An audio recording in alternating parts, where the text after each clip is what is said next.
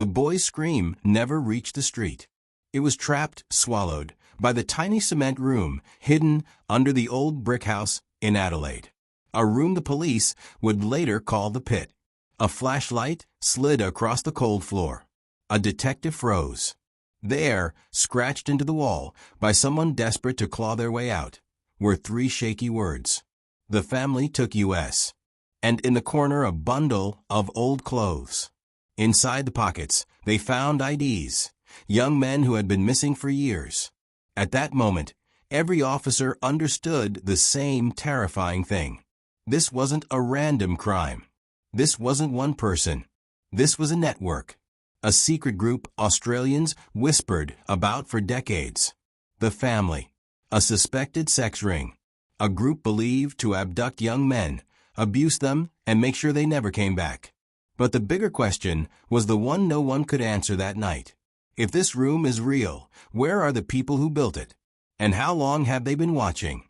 Now let's go back before the pit, before the discovery, to the moment the nightmare truly began.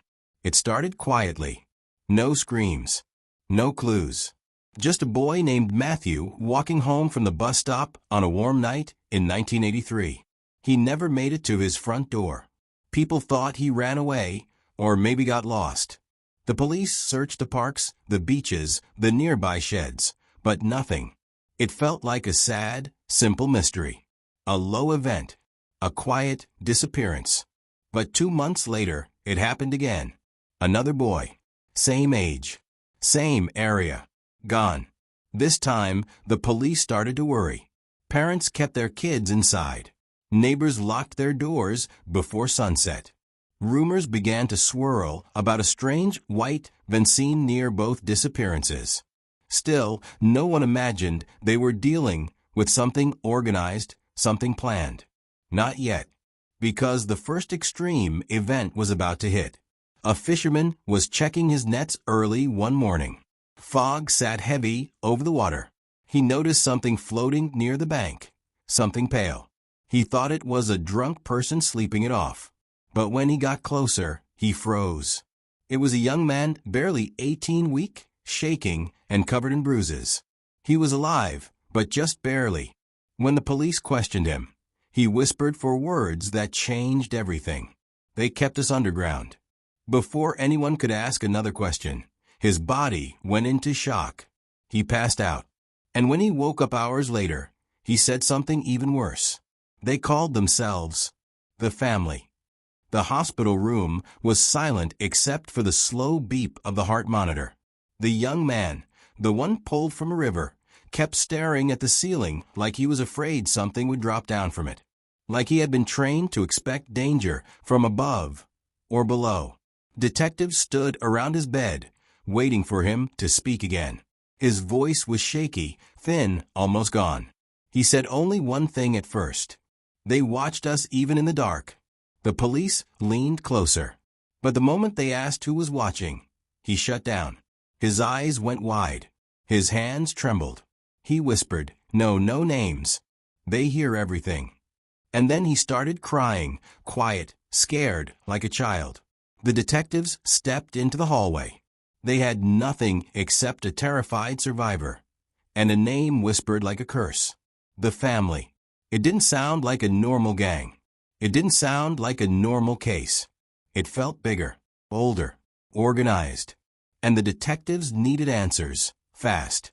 So they pulled out old missing person files, trying to find a pattern. Night after night, they searched. Page after page. Dozens of faces. Dozens of boys and young men who vanished without warning. Some were last seen at bus stops. Some while walking home from school. Some after late shifts at work. Different years. Different towns. Different lives.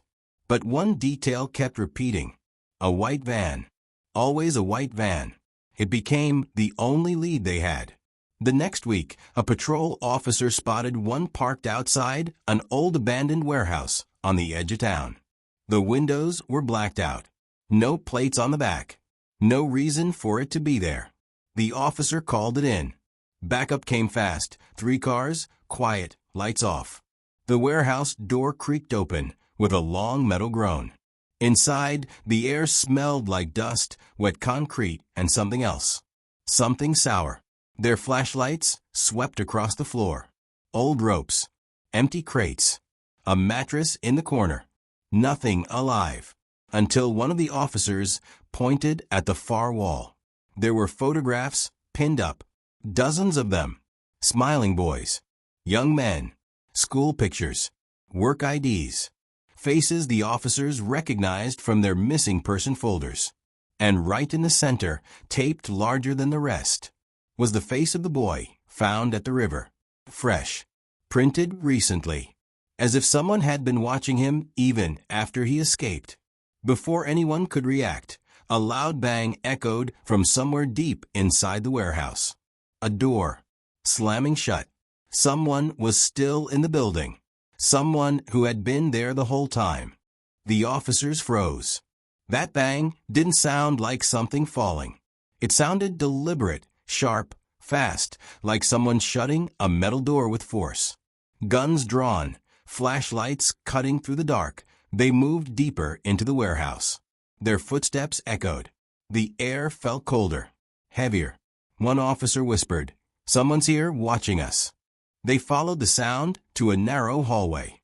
The walls were covered in peeling paint and strange marks, numbers, dates, scribbles that didn't make sense. Almost like someone had been keeping score. The hallway ended at a locked steel door. Fresh scrape marks ran across the floor, as if someone had dragged something heavy behind it, or dragged it through it. The sergeant stepped forward, hit the door twice with his boot. Boom, boom. On the third kick, it swung open. The room inside was tiny, cramped, hot. In the middle stood a single table, and on it, a thick brown envelope. It had one word written on it: "Remember." The sergeant opened it. Inside were Polaroid photos. Hundreds. Boys tied to chairs. Boys blindfolded. Boys bruised. Some looked terrified. Some looked unconscious. All of them were missing persons. One officer stepped back, covering his mouth. Another dropped his flashlight. But the worst part wasn't the pictures. It was the handwriting on the back of each photo. Dates, times, locations, and a small symbol at the bottom of every picture. A circle with 3 lines pointing outward. The same symbol scratched onto the wall of the underground pit where the first boy was found. The symbol of the family. Suddenly, a loud noise exploded from the opposite side of the warehouse. A crash. A shattering sound. Like glass breaking. The officers ran, turning the corner into the old loading bay. What they saw made every one of them stop. A small, hidden door in the floor, half open, leading to a dark tunnel below. Fresh, muddy footprints climbed out of it. Whoever had been there had just escaped. And worse, those footprints were small. Not from an adult. Not from a man. They looked like the footprints of a teenage boy. A new victim. Someone still alive. Someone the family was moving right under their noses. The officers stared at the muddy footprints leading down into the darkness. A teenage boy. Still alive. Still moving. They had no idea how long ago he'd climbed out of that tunnel, or if someone else had come out with him. The sergeant radioed for backup, but the signal crackled. Too much metal in the building. The call didn't go through. "Stay together," he whispered. The team moved slowly toward the open hatch. The air rising from the tunnel was warm and stale, like the inside of an old basement that had never been opened. A foul smell drifted up, not blood, not rot, just old. Old and hidden. One officer shined his flashlight downward. The beam revealed a narrow set of steps. Wooden, rotting, barely strong enough to hold weight. And on the third step down, they found something that made everyone go silent. A piece of rope, thin, frayed, cut, as if someone had been tied and freed themselves. The sergeant knelt beside it. He whispered. He got out on his own. He was trying to run. The team followed the footprints across the concrete floor. They led through a broken side door, out into an overgrown lot behind the warehouse. It was quiet. No wind. No birds. Just stillness. Until they saw something else, something chilling. A trail in the grass. Not footprints. Something dragged. A long, thin line leading toward the trees. The officers exchanged looks. Maybe he crawled, one whispered. No, the sergeant said softly. Someone pulled something or someone. They followed the drag line into the trees. The branches creaked overhead. The forest swallowed the light. And the deeper they walked, the harder it became to hear anything except their own footsteps. But after 5 minutes, they saw it. A small piece of cloth caught on a broken branch. Blue. Torn. A school uniform shirt. The same shade worn by one of the boys missing that year. The officers looked around. The forest was too quiet. Too still. Then, behind them, a twig snapped. Everyone spun around. Flashlights raised. Weapons up. But they saw nothing. Just trees. Darkness. And shadows that looked like they were shifting, even though nothing was moving. The sergeant took a step forward to check the area. That's when he saw it. A person. Standing between two trees. So still, he almost looked like part of the forest. Tall. Thin. Face hidden in shadow. The man didn't speak. He didn't run.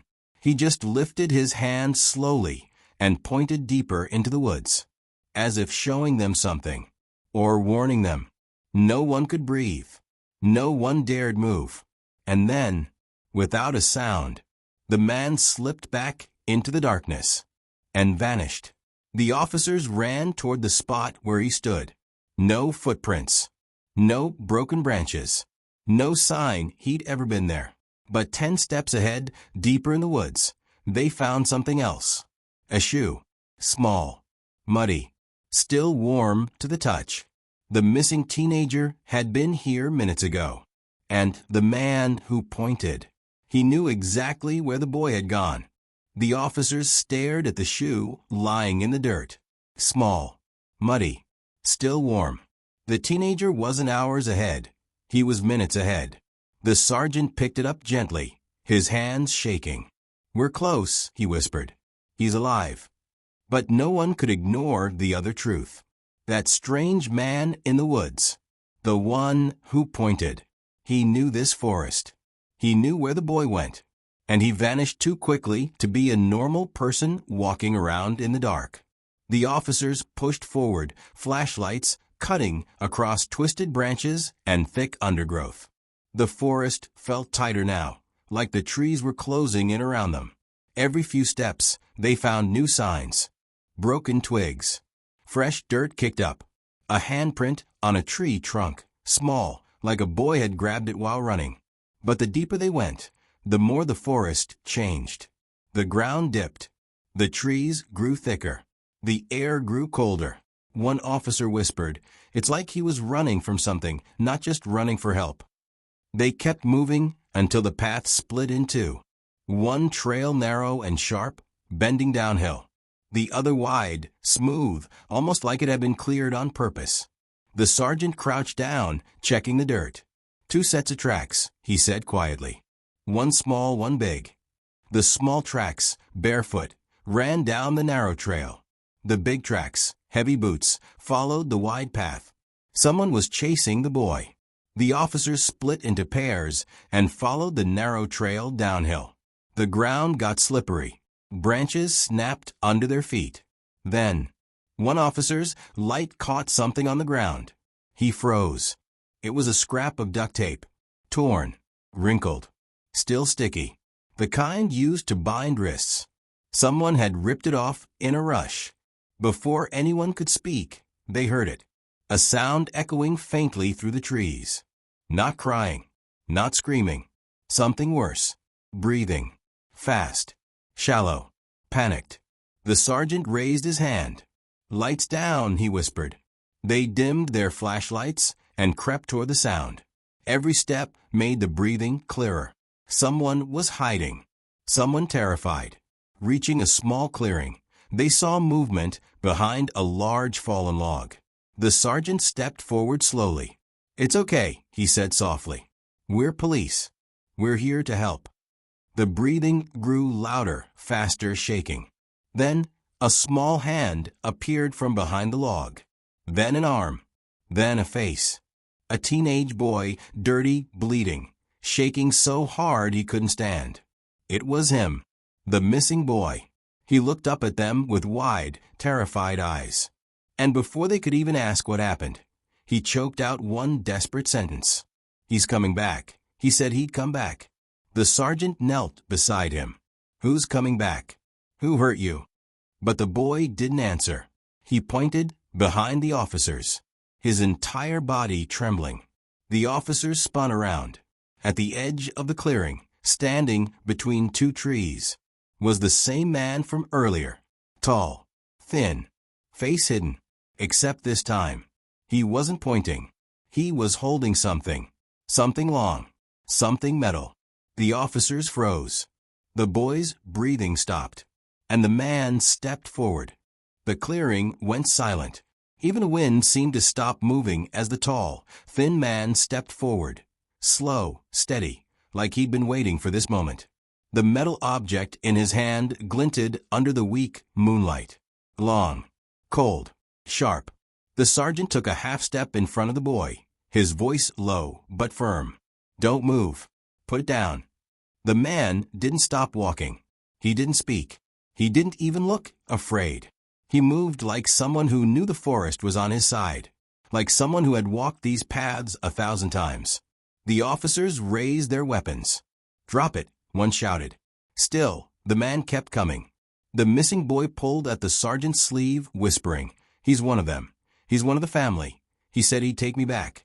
The sergeant's heart dropped into his stomach. This wasn't just a random predator. This was a member of the ring. One of the people behind the underground rooms, the photos, the abductions. He was real. He was standing right in front of them. And he wasn't even trying to run. That meant one thing. He wasn't alone. The sergeant scanned the trees around them. Shadows everywhere. Shapes moving. Or maybe that was just fear playing tricks. He couldn't tell. The man took another step. Then another. He lifted the metal object higher. And that's when the officers finally saw what it was. Not a knife. Not a pipe. A cattle prod. Electric. Industrial. Powerful. The kind used to stun animals or people. The sergeant shouted, "Stop where you are or we fire." But the man didn't stop. Instead, he slowly tilted his head to the side. A strange, unnatural tilt. As if studying them. Then, in a voice rough and low, he whispered, "He belongs to us." The officers fired a warning shot into the air. The sound ripped through the clearing. Birds exploded out of the trees. Leaves shook. The boy screamed. But the man didn't flinch. Not even a blink. He stepped closer and raised the prod to strike. The officers aimed directly at him. "Don't move." And then, from somewhere deep in the forest, a loud, sharp whistle echoed. Long, piercing, controlled. The man froze. The officers froze. The boy stared at the trees, eyes wide. "They're calling him," he whispered. "They're close." The whistle came again. This time answered by another, further away. Then another. 3 signals. 3 directions. The officers realized it at the same moment. They were surrounded. The man stepped backward slowly, melted into the trees, and disappeared without a sound. But the forest didn't go quiet. No, it began to rustle. Branches shifting. Footsteps, soft, steady, coming from all sides. The family wasn't hiding anymore. They were moving, coming closer, closing in. And as the officers stood in the middle of the clearing, protecting the boy, outnumbered and cut off, a shadow broke from the trees behind them and sprinted straight toward the group. The figure burst out of the trees so fast the officers barely had time to react. Branches snapped. Leaves flew. The boy screamed and ducked behind the sergeant. "Stop," the sergeant shouted. The officers swung their flashlights toward the charging shadow. But the moment the light hit him, the figure veered sharply to the right and threw himself behind a tree. Not an attacker. Someone running from something. The officers tightened their circle, protecting the boy. Everyone held their breath. For a moment, the forest was silent again. Then a voice, low, panicked, whispering from behind a tree. "Please don't shoot." The sergeant raised his light slowly. A young man stepped out, thin, dirty, clothes torn, eyes wide with terror. He was older than the boy, maybe 19, maybe 20, but he looked just as frightened. The sergeant asked, "Who are you?" The young man swallowed hard. I'm one of them," he said. "One of the ones they took." The officers froze. "Another survivor." The boy behind the sergeant gasped, "Connor?" The young man nodded, tears filling his eyes. They knew each other. They had been taken together. The sergeant stepped forward. "How long have you been out here?" Connor shook his head. "Not long. I escaped when they were moving us. But they split up and started searching. They'll find us. They always find us." The officers exchanged uneasy looks. The whistles from earlier echoed again. Closer now. One to the left. One to the right. One directly behind the group. Connor clenched his fists. "That's them. That's how they talk in the woods. They're telling each other where we are." The sergeant whispered, "How many are out here?" Connor didn't answer at first. He rubbed his wrist, red, raw, like rope had been there for weeks. Then he said, "Not all of them come into the forest. Only the hunters." "The hunters," an officer repeated. Connor nodded slowly. "They're the ones who take people. The ones who follow orders. The ones who never miss." Before the sergeant could ask another question, Connor stepped closer, lowering his voice. "You don't understand. This isn't the place they take us from. This is the place they bring us to." The boy's eyes widened. "You mean this is their spot?" Connor's voice dropped to a whisper. "This forest is theirs. They know every path, every sound, every hiding place." Then he added something that made every officer's stomach tighten. "They bring us here first, before they take us to the house." The sergeant's heart stopped. "What house?" Connor looked at the ground. "You haven't found it yet." Another whistle pierced the night, so close it made the officers flinch. Connor jumped back. "He's here. One of the hunters, the one with the prod. He's the worst." The boy grabbed the sergeant's jacket. He said he'd take us back. He promised. A branch snapped to the left. Another snapped to the right. Then, a long, slow creaking sound came from behind them, like someone stepping on an old wooden board. But there were no wooden boards in the forest. The officers aimed their flashlights toward the sound, and shining back at them, just barely visible between two trees, were two eyes, watching, not blinking, not moving. The same man as before, the hunter. He stepped forward, just enough for the officers to see the shape of something heavy in his other hand. Not the prod this time. Something bigger. Something he wasn't supposed to have. The sergeant whispered, "Oh God, he's armed."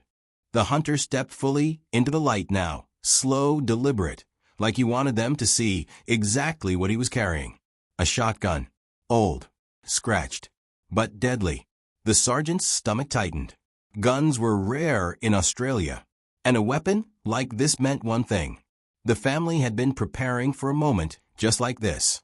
The officers aimed their weapons. "Drop it," the sergeant shouted. But the hunter didn't drop anything.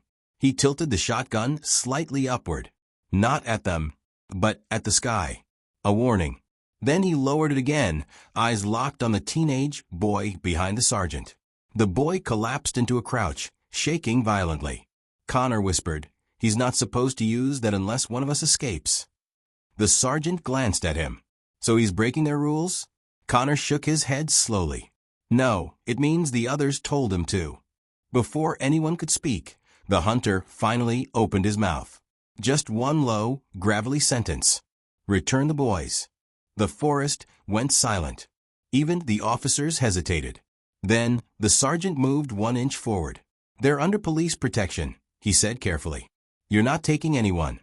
The hunter's head tilted. That same slow, unnatural tilt from earlier. Almost animal-like.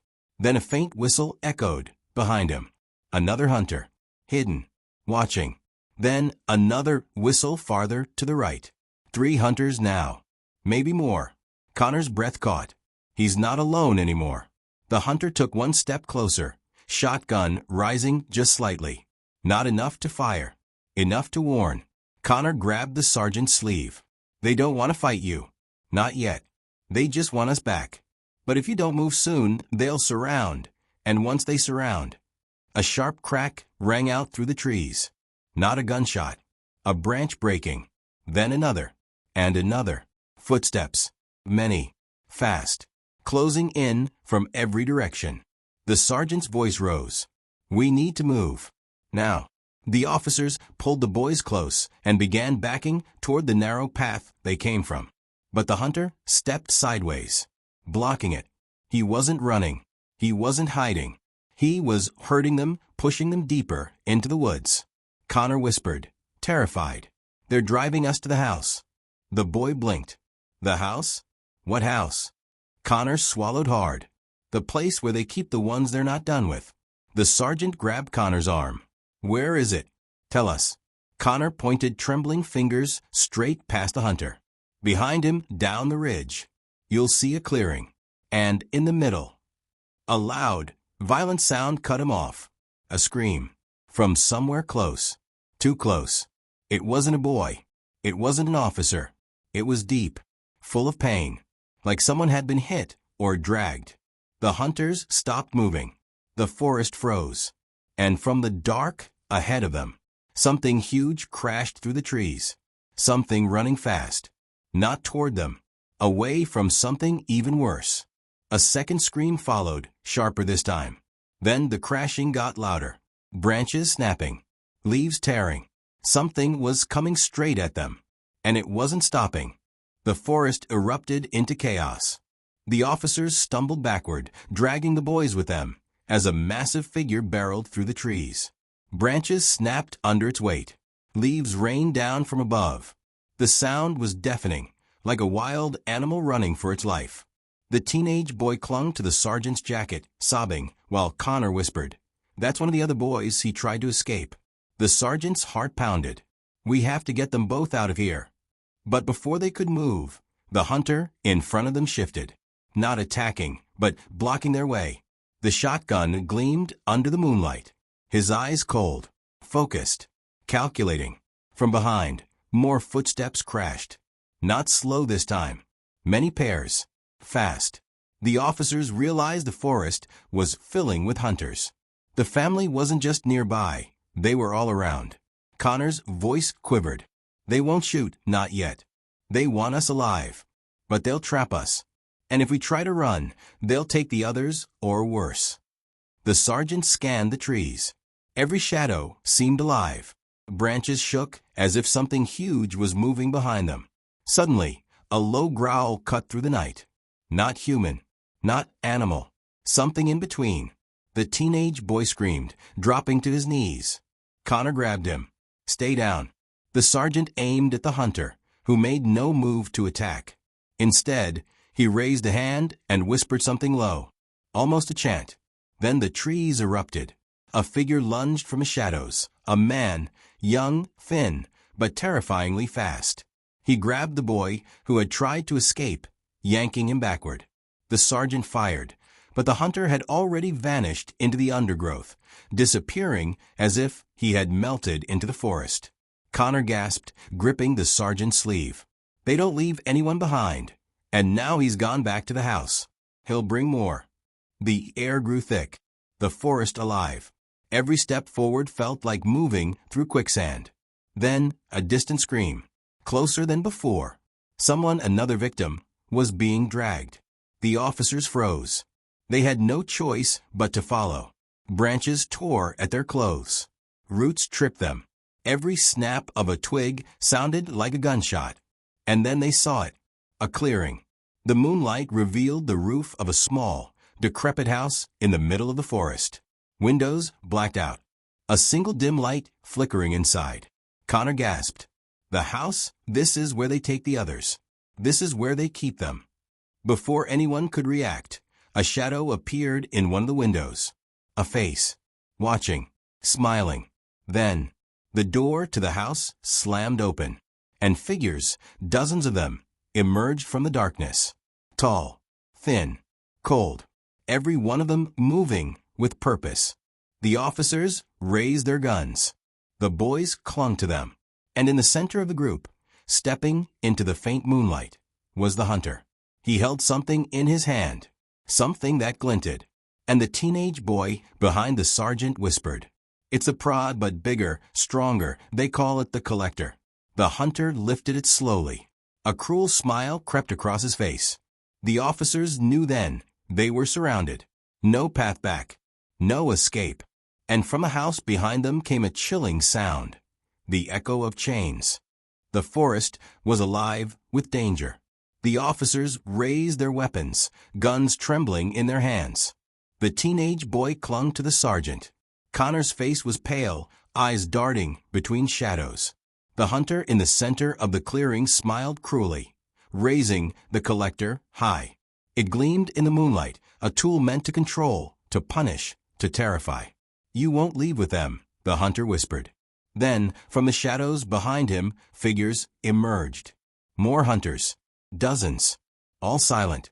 All trained. The officers realized the terrifying truth. The family wasn't just a group of criminals. They were organized, disciplined, and ruthless. Every one of them knew the forest, the tunnels, the hidden paths. Every one of them had a role to play. The sergeant whispered to his team, "Keep the boys behind us. Don't let them see fear." Connor grabbed the teenage boy's arm. "They'll take us back if we don't do exactly what they say," he murmured. Suddenly, the hunter swung the collector in a wide arc. The ground vibrated as if the earth itself shivered. It wasn't a weapon meant to kill. It was a weapon meant to control. The officers had to think fast. If they moved too quickly, the boys could be dragged back to the house, never to be seen again. If they hesitated, the hunters could surround them completely. Then, Connor made a decision. He stepped forward, hands raised. "I'll talk to them," he said. The sergeant shook his head, whispering, "No, don't. You'll be taken."